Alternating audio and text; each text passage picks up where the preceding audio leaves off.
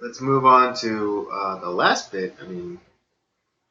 For tonight, which is our review and continue. I know we took a little hiatus to do last week's pre-tape for Burning, but back on our theme month, which is Kevin Conroy Batman's. Oh yeah. And any '90s kid knows what we're talking about. Like the definitive voice of Batman is Kevin Conroy. Oh yeah, the best. Yes. This week we watched Justice League Doom, and it's a DC animated film about the Justice League. Me and Robert were talking before the show started, and we were talking about how the live action stuff sucks so bad. The simple solution for Warner Brothers and DC would be to just hire the animation guys to write for the live action stuff. Yeah, well, I actually think they should just do something different than Marvel altogether. Just do animated films and have their own DC. Connected universe, but animated. Because they already really have the skeleton for it. They've done it. Right. It's already set up in place, but you don't get the prestige, and I think there's more money in live action kind of stuff. True, but if you really, you look at some of the there's been so many of the Pixar and DreamWorks hits that have made lots and lots of money. Yeah, but I think they just wanted to milk or Warner Brothers specifically. I think they just wanted to milk their other characters because they can only make so many Batman or so many Superman movies. You have to eventually start branching out and start doing other superheroes. But then I think they saw what Marvel was doing and said, hey, this is working, or it's working for them, so why can't we do the same thing? So true, and they fucked it up so bad. Yeah, to the point where they're rebooting Batman again with freaking Twinkly Vampire guy. I'll say this because I made this point on Twitter about that because there's a lot of people bitching about it. Mm-hmm. I'll say this: did we ever expect Heath Ledger to be a good Joker? I did hear that defense, and because I balked at Batfleck, and for the most part, at least in Justice, Batman vs Superman, he did a good job, but that's more like default. But I'll just say it's with Robert Pattinson. If you think about it, given the history with Heath Ledger's Joker, I'm willing to reserve judgment. Like I said, yeah, because my point is if you look at Heath Ledger and Robert Pattinson, kind of similar style career path as far as movies that they did, and then all of a sudden Heath Ledger's the Joker. Give me a fucking break. Right. It's he's not going to be any good. That's true because they did both start off kind of as blockbuster hunks or whatever, and then they went a little bit independent, and then they at least within with Heath Ledger's career arc, he got a second chance with this big thing doing The Dark Knight, so. Yeah, so now if Robert Pattinson sucks, then fuck it, he sucks. But I'll at least give him a chance. Yeah. I'll reserve judgment. Anyways, I think they're gonna go more year one Batman with him, aren't they? Well, but then that's kind of like a rehashing of Batman Begins, then, no? Because. No. Yeah, I know, I get what you mean because for those of you who don't know, there was actually a comic book that they did. We're talking about like Bruce Wayne kind of starting off as Batman, which they did take elements of that to put into Nolan's Batman Begins. Um, But I think they're going to be diving more heavy into like kind of that style of Batman. okay, well, if they okay then for next week's movie, I want to suggest something. I think it was called Year One, or um, there's Oh yeah, actually yeah, yeah. they actually did I a have that. It's good. cartoon. Or what's that one where they have it's kind they did kind of like different animation styles, but still like telling like the same story. Well, it wasn't with different. Well, the one if we're thinking of the same one, it is called titled Batman Year One, Mm-hmm. and it's not a like it's set over the course of like a whole year essentially. Um, Okay. Okay. Yeah, there is the Year One movie,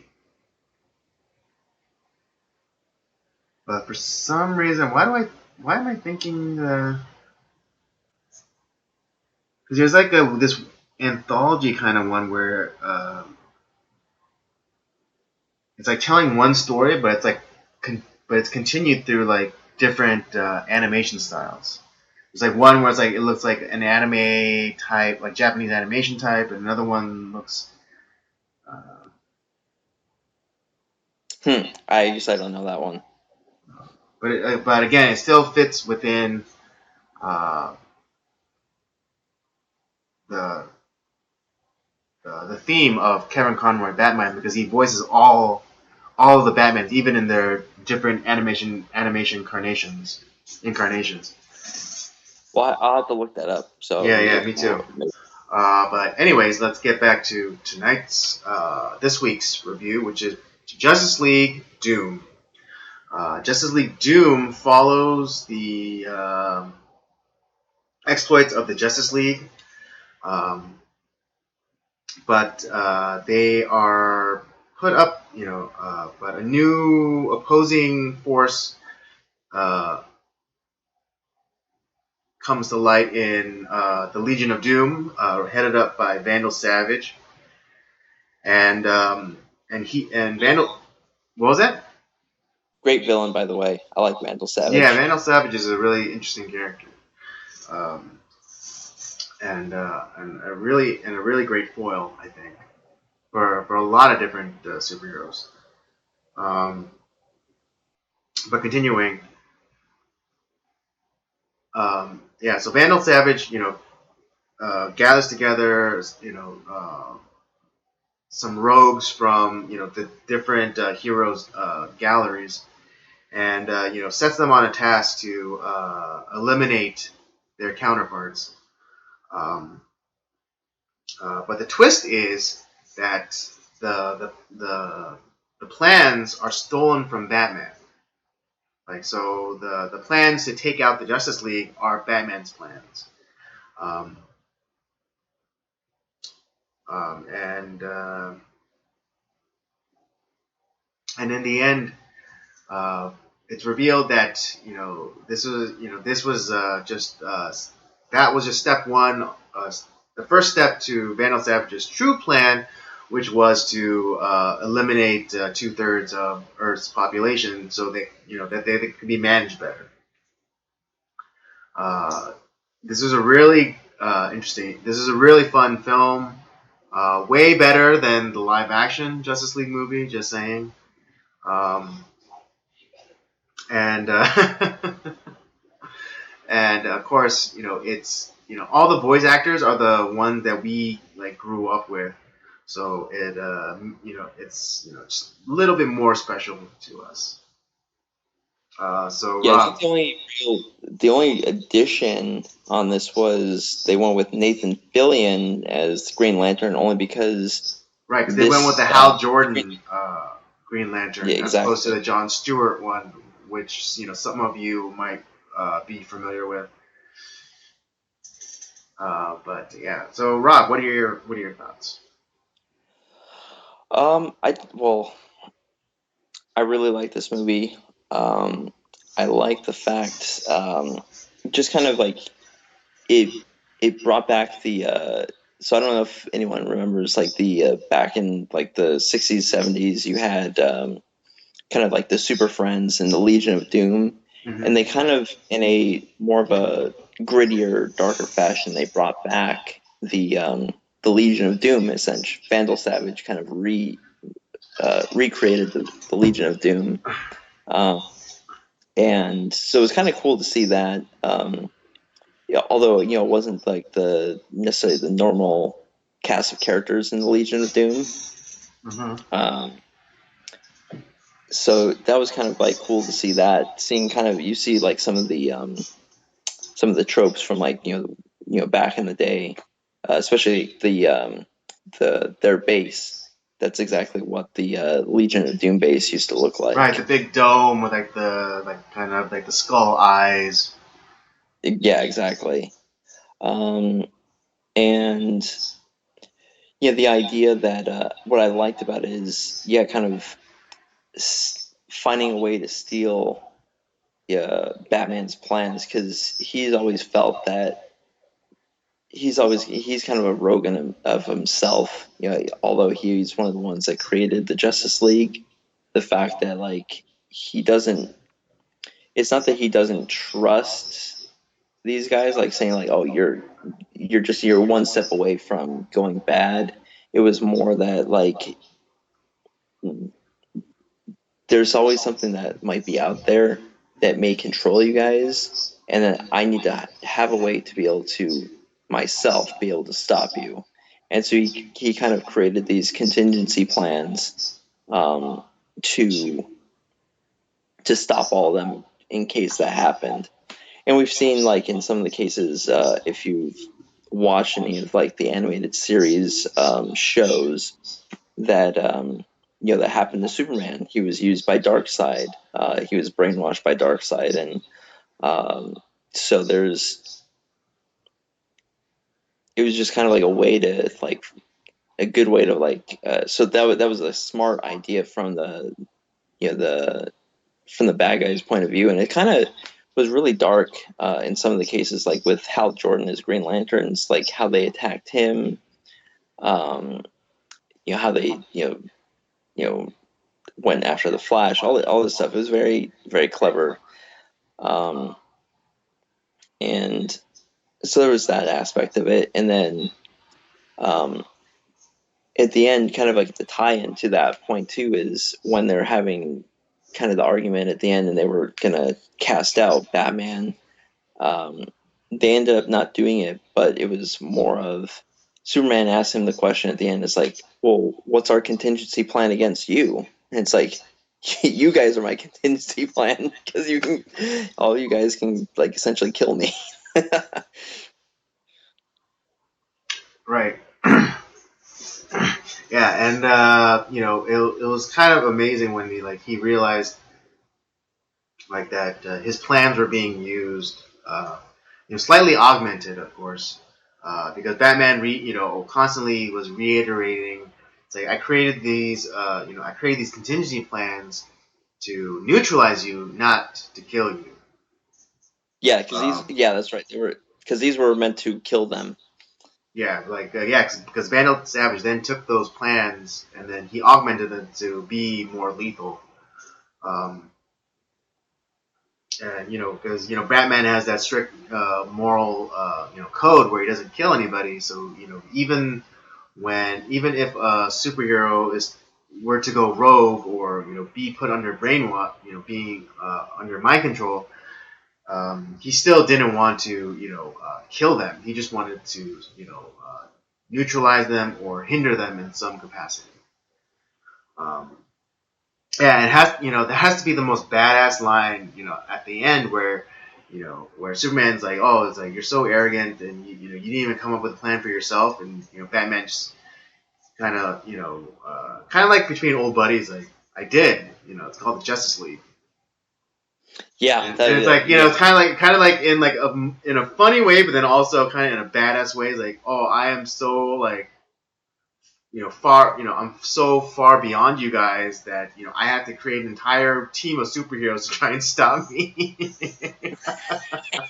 yeah. Oh, that's why I love Batman so Yeah, much. but it's crazy because it's also Kevin Conroy's voice that makes it like, um, it's just his There, delivery and everything, his tone is just like so perfect. Um, it's like this. It's this smooth but gritty kind of um voice to him. I don't know. I can't explain it. It's so good. yeah, I mean, anyone who grew up in the '90s and grew up with the animated Batman cartoons, then you get it, or you at least you should get it. Um, uh, but also, a lot of Batman's pride is shown through I think throughout this movie, where even in initially when he wanted to the initial setup for the movie is the Justice League taking out the Royal Flush Gang.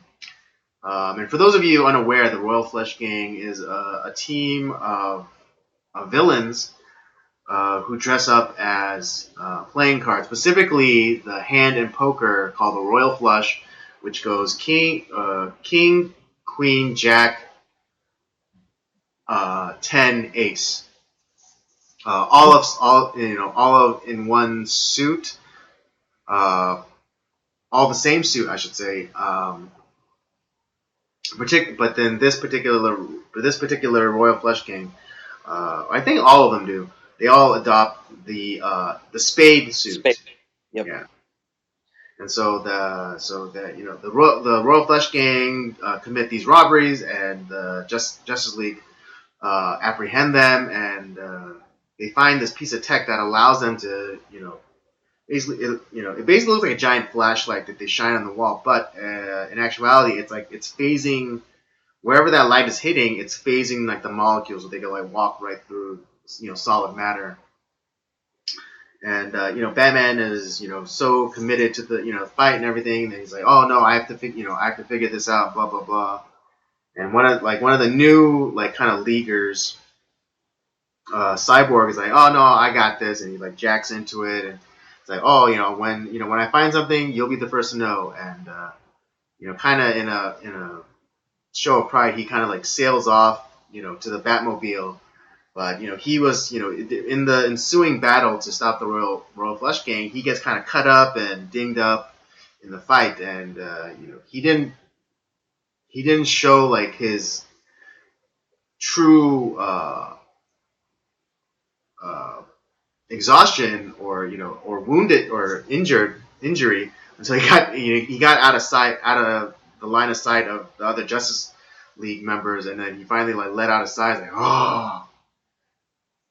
Yeah, I think. Well, and I think this kind of contrasts because the last one we watched was Mask of the Phantasm, where we do see Bruce Wayne a lot more vulnerable.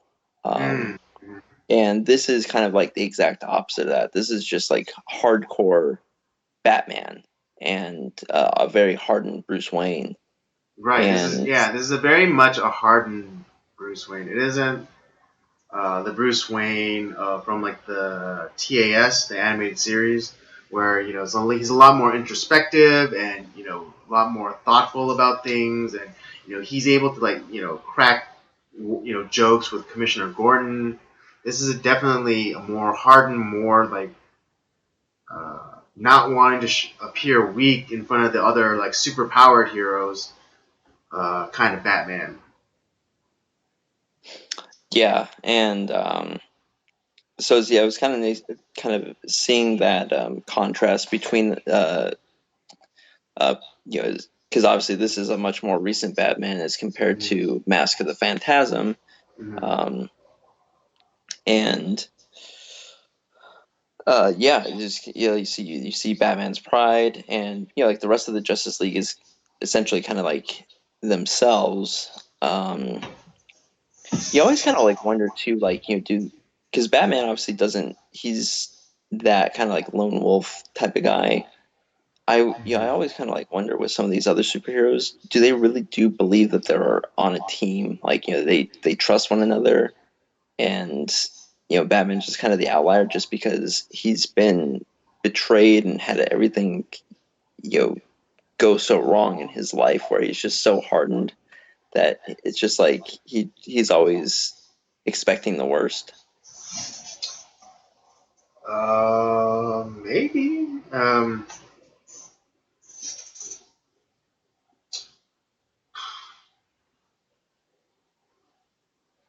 I mean, if we're to believe that this is a continuation of events in like the animated series and things like that, uh, then yeah, he knows that Superman went rogue one time because Darkseid brainwashed him, and so like he had to come up with a contingency plan. And I Um, think that's part of the reason why he did that. right, exactly. I mean, if this is a continuation from like Superman the animated adventures, then yes, um, because there is a carry through when they did Batman Beyond, and they introduced the Justice League with an older Superman and an older Bruce does mention the fact that Superman did go rogue one time, and he had like a piece of kryptonite just in case. Uh, That's right. I remember that. That was we might have to do a Batman Beyond film in this series too. there's the Return of the Joker. We should definitely watch that one. Yeah, yeah. I mean, yeah. It's so crazy because they should totally do a Batman Beyond movie because it'd be a way to do Batman, but not like the Batman that we all know. It'd be great. Right? And then they could totally like make it like they could totally like remove him from like the context that everybody knows him from, and then introduce a new Batman, and yeah, they could totally get Michael Keaton to come back and play old Bruce Wayne because he'd be the perfect age. God, that'd be great. That'd be fucking amazing. Right? Although a friend of mine, he did say like, oh, if they did that, then they should get Clint Eastwood to play old man Bruce, which still Oh, sounds amazing. But I wanted it to be Keaton. I think that'd be a great callback. Exactly, exactly. God, that'd be fucking awesome. Right? How amazing would that be? Well, I'm kind of hoping that they, gaming wise, that they create like a Batman Beyond video game, kind of like they've done with the Arkham Knight series, Mm, which has been great. And kind of get Will Friedle to play like to voice Terry McGinnis and stuff. Um, hmm uh, if you guys don't know who Will Friedle is, he's the older brother on Boy Meets World. right. Or for you younger people, he voiced Ron Stoppable on Kim Possible. Oh God, yeah, I didn't know that. And yes, I know that because I did catch a few of the episodes. Yeah. Um, But yeah, yeah, but overall, Will Friedle has done a lot of voice acting. So he's a great voice yeah, actor. yeah, he is. He was Yeah, a he's great really good. Batman. Yeah, he does like the really kind of zany, goofy cartoons, but then he also does like kind of he does really good stuff like the semi-serious stuff like Batman Beyond.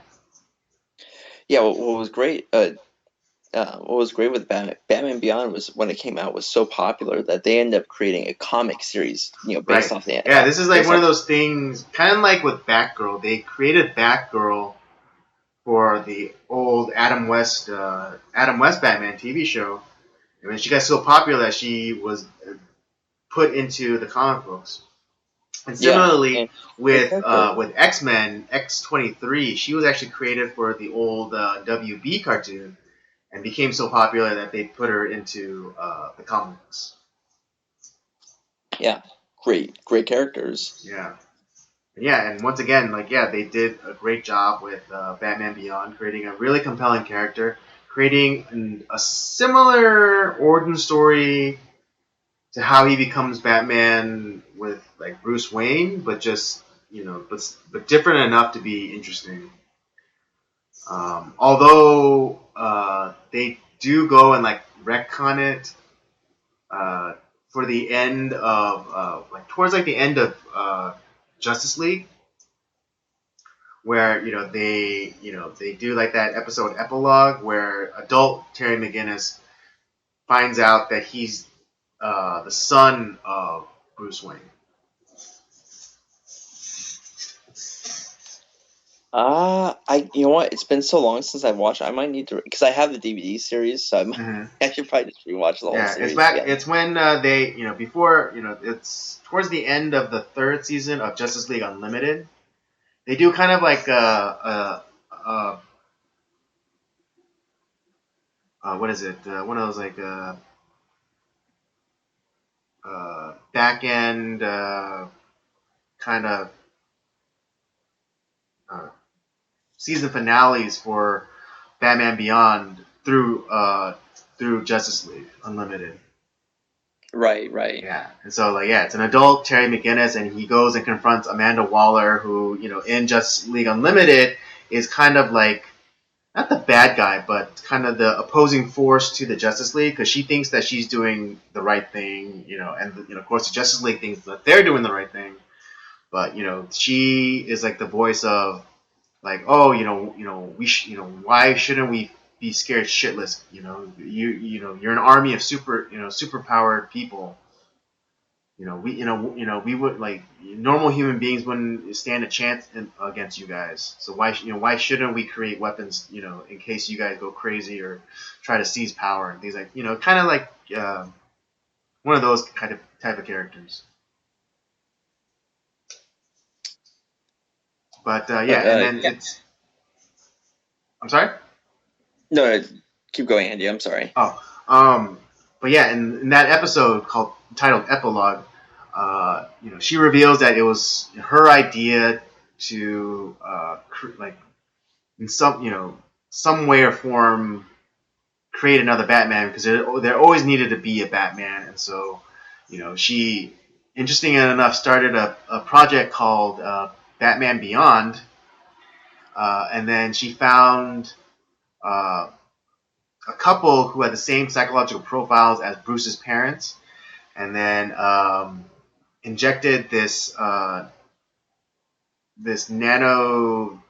nanovirus thing to rewrite his father's DNAs to Bruce Wayne. So when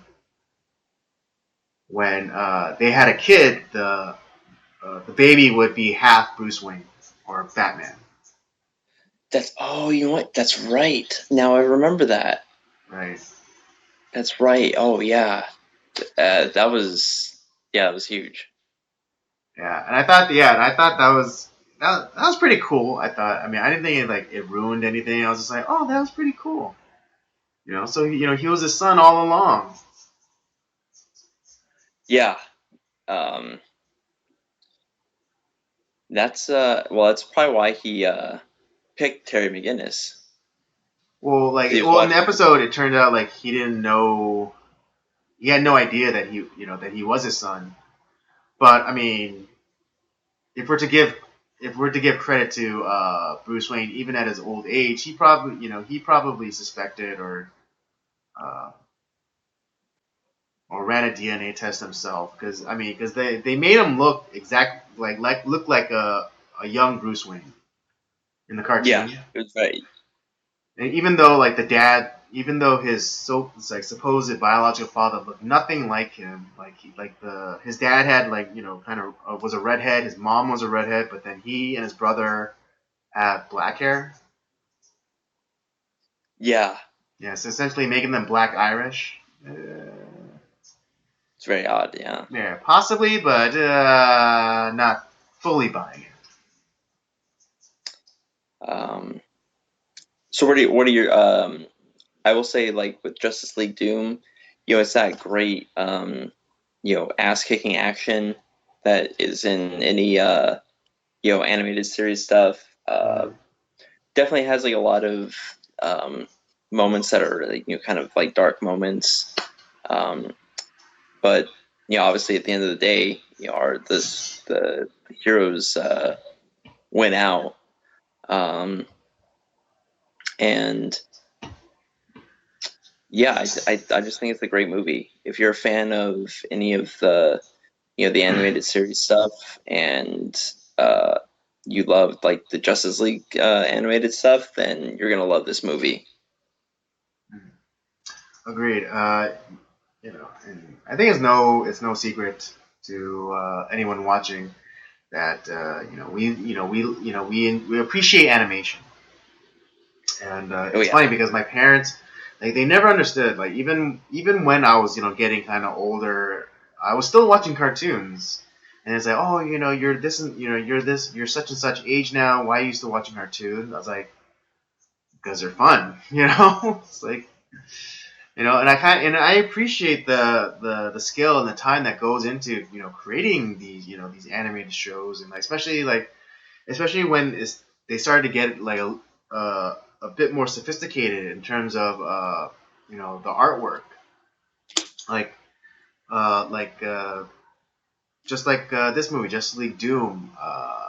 It didn't look like Batman the animated series. It definitely didn't look like the Batman Superman animated adventure type of animation. It's there was a real sophistication and like realism put into the drawings. Yeah, there's a lot of love and care that went into it. You can definitely tell that from the animators. Mm-hmm. Right, and so yeah, it wasn't just like some yeah, it wasn't like Hanna Barbera level like Super Friends animation either. So it's like Thank God, no. yeah. So yeah, it's a very sophisticated movie, and if you think it's just for kids, I think you should check your assumptions at the door, and really give this movie a chance, especially if you grew up watching the old Batman animated stuff, and you think that now that you're an adult, you think you're beyond that kind of thing, but just give it a chance. I promise it's a good movie. Yeah, I what would you give it as your ranking, Andy? My rating. mm, Yeah, I give it a 4. Yeah, that's about where I was gonna go with it too. It's Yeah, because I it's mean, definitely as much as great as a movie this is, there are some things that's you just like as an adult you just can't ignore. You know, it's like, well, like, how did Mirror Master even get into hit the Batmobile? Did he have to go? Did he travel through like the network of like is like are all mirrors like somehow connected via some mirror network, or did he have to specifically phase into Batman's rearview mirror? right. So that yeah, there were some holes, there was some stuff that wasn't like fully fleshed out, but I think part of it was because I think they kind of like expect you to know some of the previous lore of some of these characters, and they kind of just went with it. So Right. Okay. that's so if this is like your first time watching a superhero film of any kind, maybe you'd be a little bit lost, maybe not like it quite as much. But if Mm. you're a fan, uh, it kind of plays off that like they kind of they don't they expect it like enough about these Right. characters that They just kind of drop you into it, expecting you to like, oh, all of like the fine minutia stuff. So we're just gonna give you like the broad strokes. yeah. So like I said, for in that case, yeah, for a fan, yeah, definitely a 4 star.